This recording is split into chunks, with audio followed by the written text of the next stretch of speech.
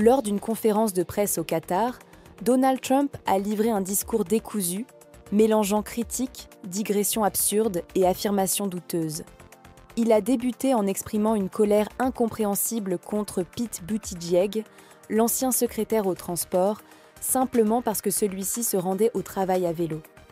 Pour Trump, il est inconcevable que quelqu'un responsable du plus grand système aérien mondial puisse utiliser un moyen de transport aussi banal.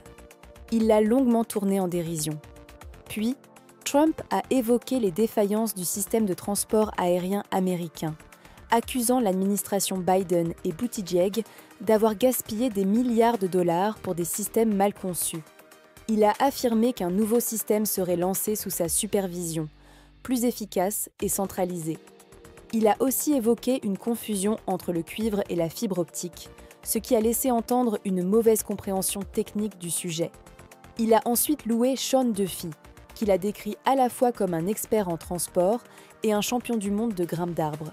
Une remarque étrange et répétée à plusieurs reprises, comme s'il s'agissait d'un fait central à son propos.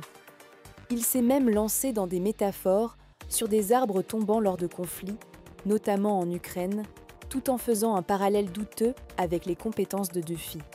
Trump a aussi accusé l'administration Biden d'inaction, tout en oubliant qu'il a lui-même été président de 2016 à 2020, période pendant laquelle les problèmes actuels ont aussi émergé.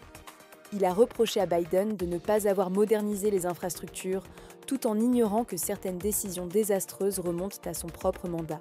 Plus surprenant encore, Trump a exprimé son admiration pour un dirigeant syrien, expliquant vouloir lever les sanctions contre le pays et saluant la force du leadership syrien, tout en mentionnant une possible Trump Tower à Damas. Son discours est ensuite parti dans toutes les directions. Équipements militaires, sous-marins, qui peuvent rester sous l'eau 30 ans sauf pour manger, critique des avions furtifs qu'il trouve laids et éloge de ses préférences pour les avions avec plusieurs moteurs comme le 747.